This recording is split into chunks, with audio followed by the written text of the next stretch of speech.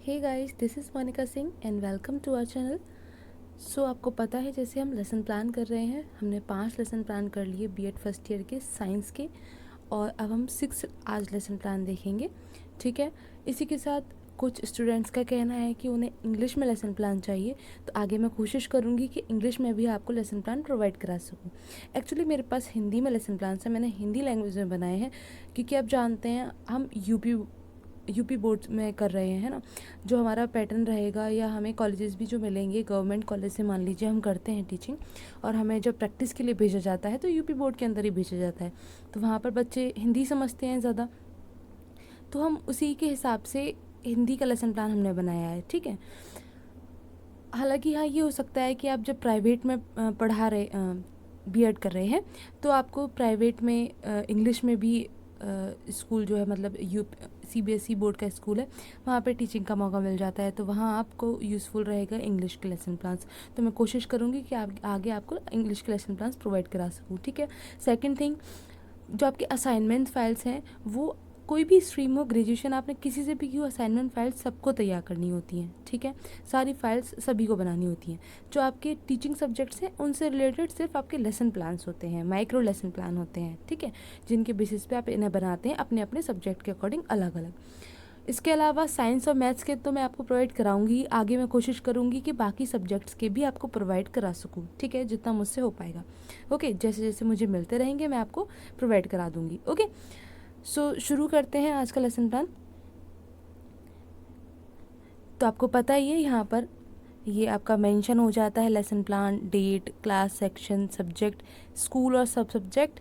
ये आपका हिंदी में है तो हिंदी में फिल करेंगे, इंग्लिश में है तो इंग्लिश में फिल करेंगे। ठीक है, इसके आगे आपका टॉपिक है विद्युत एवं इसके प्रभाव। ठीक है, विद्युत एवं इसके प्रभाव, ये आपका टॉपिक हो गया। इसके बाद में आपके जर्नल ऑब्जेक्टिव्स आ जाते हैं, मतलब कि सामान्य उद्देश्य। सामान्य उद्देश्य आपको बताया था, ये आपके सब्जेक्ट से रिलेटेड होते हैं। ठीक है, सब्जेक्ट से रिलेटेड कैसे कि आप पूरे सारे सब्जेक्ट पढ़ाते हैं, तो आप एक उद्देश्य को लेकर पढ़ाते हैं कि हमें इस सब्जेक्ट में बच्चे को ये चीज़ें सिखानी है, ये विकसित करना है, उसी के अकॉर्डिंग आपके ये उद्देश्य होते हैं। ठीक, ये आपके पूरे टाइमिंग में सेम रहेंगे, मतलब आप कोई भी टॉपिक बनाते हैं लेसन प्लान का, उसमें आपके जर्नल ऑब्जेक्टिव सेम रहते हैं। इसके बाद आते हैं आपके स्पेसिफिक ऑब्जेक्टिव्स। स्पेसिफिक ऑब्जेक्टिव्स आपके वो होते हैं, या विशिष्ट उद्देश्य, जो आपके टॉपिक पर डिपेंड होते हैं। जैसे जैसे आपका टॉपिक चेंज होगा वैसे वैसे आपके स्पेसिफिक ऑब्जेक्ट्स भी चेंज होते रहेंगे। ओके, इसके बाद आपका आ जाता है teaching ads and previous knowledge. ठीक है, teaching ads and previous knowledge. तो टीचिंग एड्स आपके हमने बताया था जैसे आपको कि साइंस में तो बहुत ही हेल्पफुल होते हैं। आपका जब भी आप लेसन प्लान बनाएंगे या बच्चों को उसको पढ़ाते भी हैं क्लासरूम में, तो आपके जितने अच्छे टीचिंग एड्स होंगे उतनी ही अच्छी आपकी एनहेंसिंग आपकी टीचिंग होगी। ठीक है, बच्चे उसमें रुचि लेंगे, शांति बनाए रखेंगे, आपका क्लास का माहौल अच्छा रहेगा, जिससे कि एग्जामिनर को भी अच्छा लगेगा कि आप क्लास को अच्छा कंट्रोल कर रहे हैं। ठीक है, तो टीचिंग के लिए भी अच्छा है।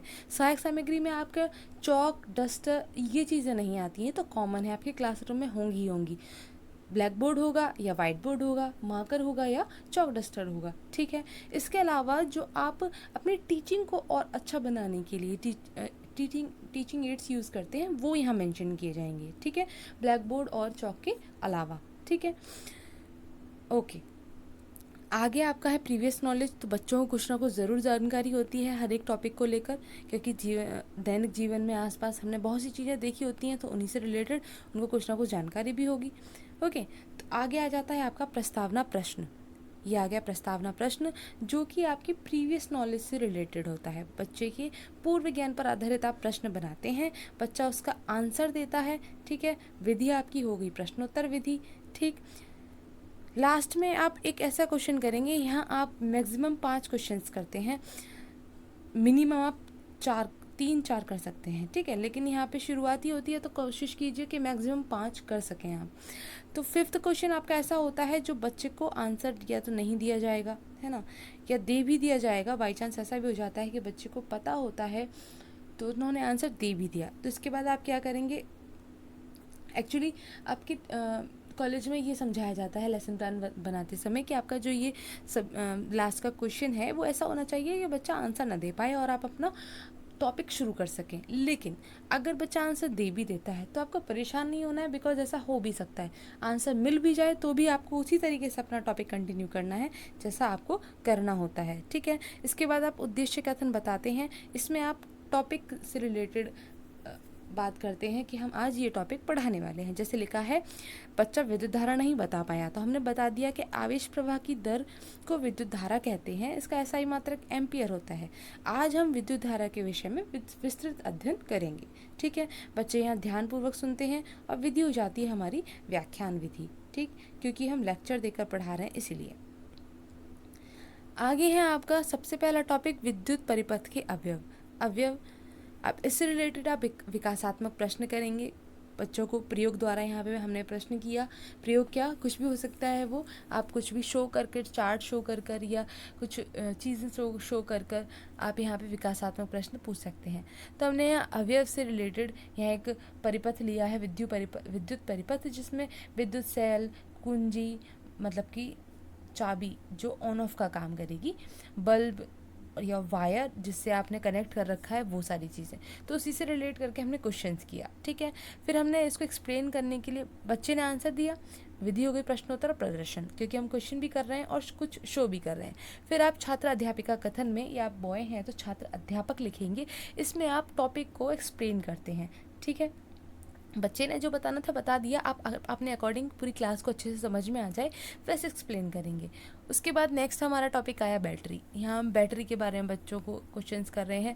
उस टॉपिक तक आपको मैंने पहले ही बताया, विकासात्मक प्रश्न वो होते हैं जो बच्चे को टॉपिक पर लेकर आते हैं, ठीक है।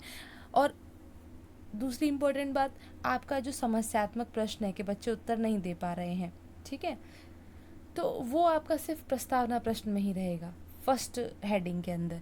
इसके बाद में विकासात्मक प्रश्न में आपको ऐसी क्वेश्चंस नहीं करने हैं जिसमें बच्चे आंसर ना कर पाएँ। बेशक आपके 2 क्वेश्चन हो पाए विकासात्मक प्रश्न में, लेकिन ऐसे करने हैं कि बच्चा उसका आंसर दे दे और आप टॉपिक पर भी ले आएँ उसको, ठीक है। बच्चा ने आंसर किया, आपने प्रश्नोत्तर एवं प्रदर्शन विधि बता दी, ठीक है। इसके बाद में छात्र अध्यापिका कथन होगा, जिसमें आप एक्सप्लेन करेंगे कि बच्चा ऐसे ऐसे टॉपिक के अंदर बताया गया है, ठीक है। बच्चे ध्यानपूर्वक सुनते हैं, विधि हो जाती है प्रश्नोत्तर एवं प्रदर्शन, ठीक। यहाँ बैटरी को शो करने के लिए हमने ये पिक्चर ऐड कर दी, 2 सेलों की बैटरी और 4 सेलों की बैटरी। यह हमने मूल्यांकन प्रश्न कर लिया। इसके बाद नेक्स्ट टॉपिक आया हमारा विद्युत परिपथ एवं उसके अवयवों के प्रतीक। यहाँ प्रतीकों के बारे में बात करेंगे। जैसे कि आपको पता है सेल को हम डिनोट कैसे करते हैं, बड़ी वाली जो लाइन, एक बड़ी और एक छोटी लाइन खींचते हैं। बड़ी लाइन दिखाती है उसके पॉजिटिव टर्मिनल को और छोटी लाइन दिखाती है नेगेटिव टर्मिनल को, ठीक है। उसी से ऐसे ही रिलेट करके हम क्वेश्चंस करेंगे, विकासात्मक प्रश्न करेंगे और बच्चे को ले आएंगे हम टॉपिक के ऊपर, और उसके होते ही फिर हम छात्र अध्यापिका कथन में टॉपिक को एक्सप्लेन कर देते हैं। बच्चे ध्यानपूर्वक सुनते हैं। यहाँ हमने ये लिस्ट ऐड की है क्योंकि ये क्लास 7 के अकॉर्डिंग है, तो क्लास 7 में ही जो पिक्चर दी गई थी उसी को मैंने प्रिंट आउट करा के ऐड किया है यहाँ पर। तो यहाँ लिखा भी हुआ है, देखेंगे आप ऊपर, देखिए 1 मिनट, ये लिखा है ना आपका कि विद्युत परिपथ के कुछ अवयवों के प्रतीक। तो ये मैंने फोल्ड कर दिया क्योंकि नीचे ही नहीं आ पाता ना, तो आपको हल्का हल्का नज़र भी आ रहा होगा। ये वायर है यहाँ पर, ये सेल आपको नज़र आ ही रहा है, ठीक है। तो पूरी लिस्ट हमने यहाँ पे आपको दी है। आप एनसीईआरटी ओपन करेंगे जब क्लास 7 की, देखिए मुझे हेल्पफुल लगी थी एनसीईआरटी बहुत ज़्यादा, ठीक है, क्योंकि ये आपको ना वहाँ पे पहले से खेल खेल में बच्चों को सिखाने के लिए दिया होता है, तो इससे आपको भी हेल्प होगी अपने लेसन प्लान में विकासात्मक प्रश्न बनाने की, ठीक है।